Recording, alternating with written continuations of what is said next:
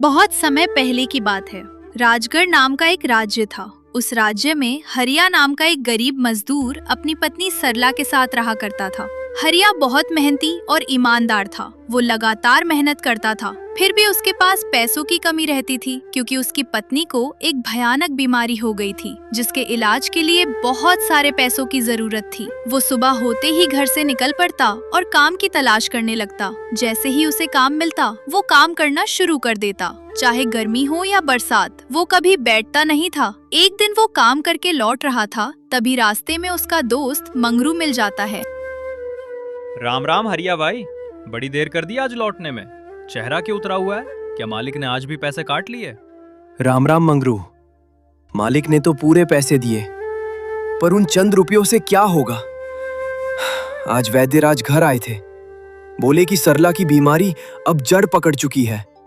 अगर वक्त पर महंगी दवाइयां और अच्छा इलाज नहीं मिला तो मैं उसे खो दूंगा मंगरू।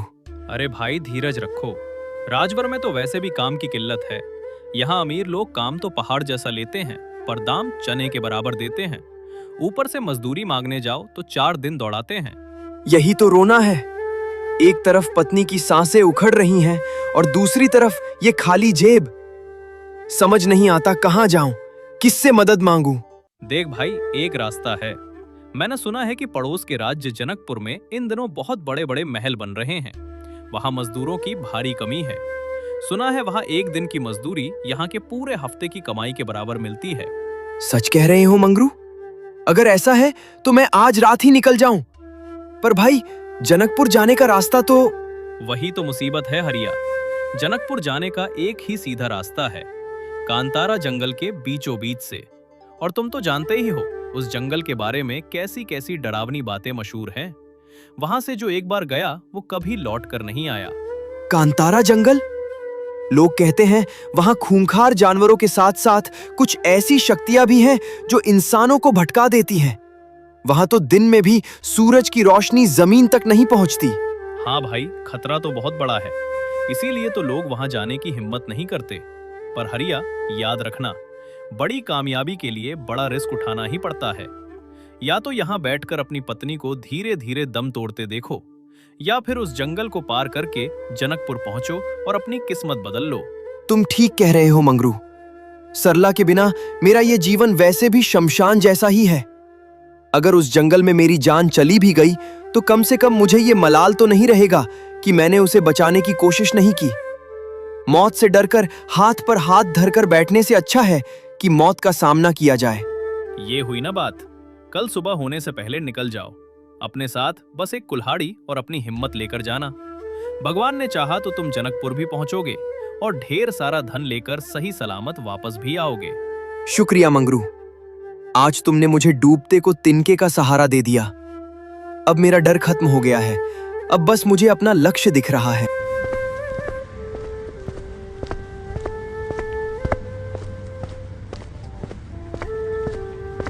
सरला सुनो, मैं कुछ दिनों के लिए काम की तलाश में बाहर जा रहा हूं। जनकपुर में बहुत काम है। अगर मैं आज रात ही निकल गया तो सुबह तक पहुंच जाऊंगा और कल से ही कमाई शुरू हो जाएगी। नहीं नहीं स्वामी, इस अंधेरी रात में कहाँ जाओगे? आपकी देह पहले ही थकान से चूर है। क्या हम थोड़े में गुजारा नहीं कर सकते? पगली, गुजारा तो हो जाएगा, पर तेरी सेहत का क्या? वैद्यराज ने कहा है कि दवा के बिना तेरी बीमारी बढ़ जाएगी। मुझे जाना ही होगा। तू बस हिम्मत बनाए रखना। मैं कितनी अपशगुनी हूं ना। एक पत्नी का धर्म होता है अपने पति के दुखों को हरना, उसे सुकून देना।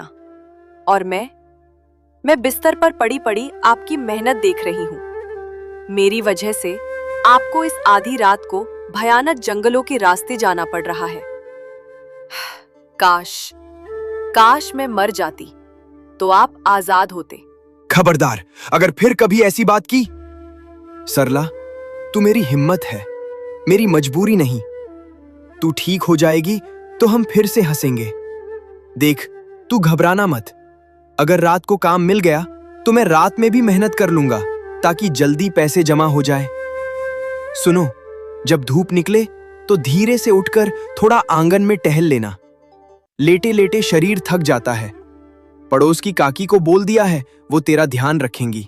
स्वामी, कांतारा जंगल का रास्ता बहुत खौफनाक है। सुना है वहां रात को हवाएं भी बातें करती हैं। मुझे बहुत डर लग रहा है। क्या पैसों के लिए जान जोखिम में डालना जरूरी है? सरला, पैसे तो कागज के टुकड़े हैं, पर उन टुकड़ों में तेरी जिंदगी छुपी है।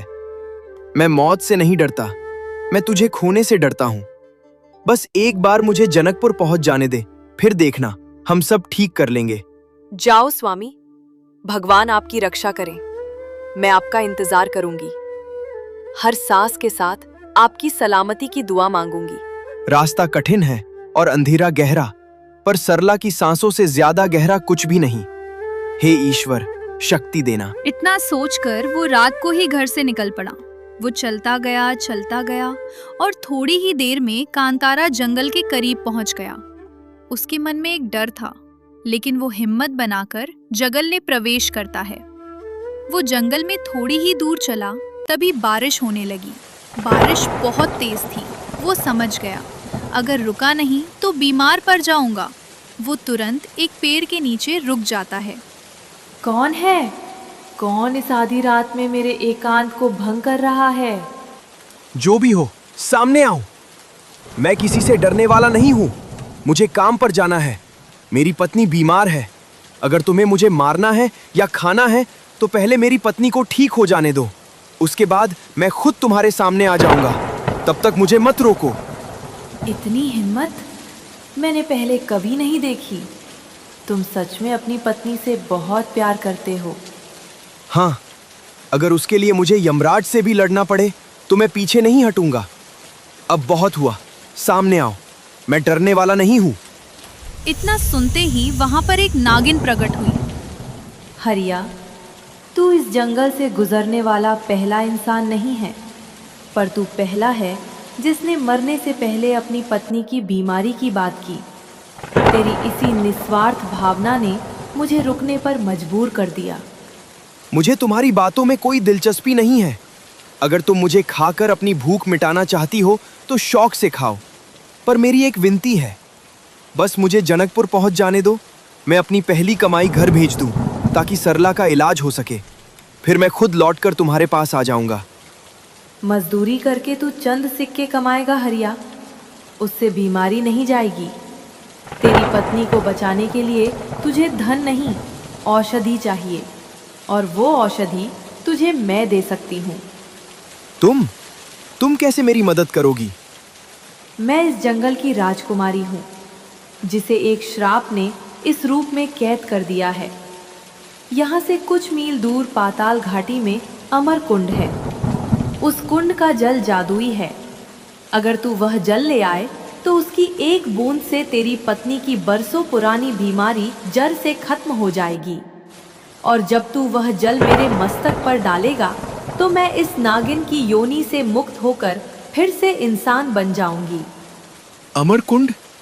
पर मैंने सुना है कि वहां मौत का पहरा है। हाँ, वह रास्ता बहुत कठिन है, पर याद रख, तेरे पास कोई और रास्ता भी नहीं है। अगर तू जनकपुर गया तो पहुंचने और कमाने में ही हफ्तों लग जाएंगे। तब तक शायद बहुत देर हो जाए। पर अगर तू अमर कुंड का जल ले आया तो तेरी पत्नी कल ही अपने पैरों पर खड़ी होगी। मैं तुम पर भरोसा कैसे करूं? तुम्हारे पास देने के लिए न कोई धन है न कोई प्रमाण। अगर मैं वहां अपनी जान दे दूं और पीछे मेरी पत्नी दम तोड़ दे तो?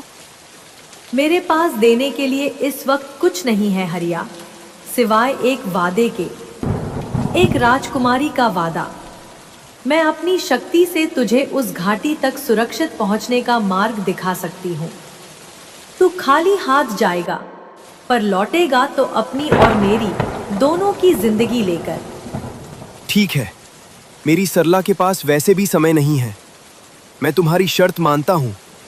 मुझे कोई धन दौलत नहीं चाहिए, बस मेरी पत्नी ठीक हो जाए। मुझे रास्ता बताओ, मैं अमर कुंड का जल लेकर आऊंगा। अपनी कमर कस ले हरिया। सामने वाली उस गुफा के अंदर प्रवेश कर। वह रास्ता सीधा पाताल घाटी जाता है। याद रखना, वहां तुझे तेरा डर डराएगा, पर तू अपनी पत्नी का चेहरा याद करना। जा, सूरज निकलने से पहले तुझे आधा रास्ता तय करना होगा। वो तुरंत अमरकंड की तरफ निकल पड़ा और चलते चलते बहुत कठिनाइयों को पार किया और भगवान पर भरोसा करके वो बढ़ता रहा और आखिरकार अमरकुंड पहुंच गया। और फिर वो वहां से जल लेकर नागिन के पास आता है। नागिन बहुत खुश होती है और फिर उसे सोने से भरा संदूक देती है। वो संदूक लेकर घर वापस आ जाता है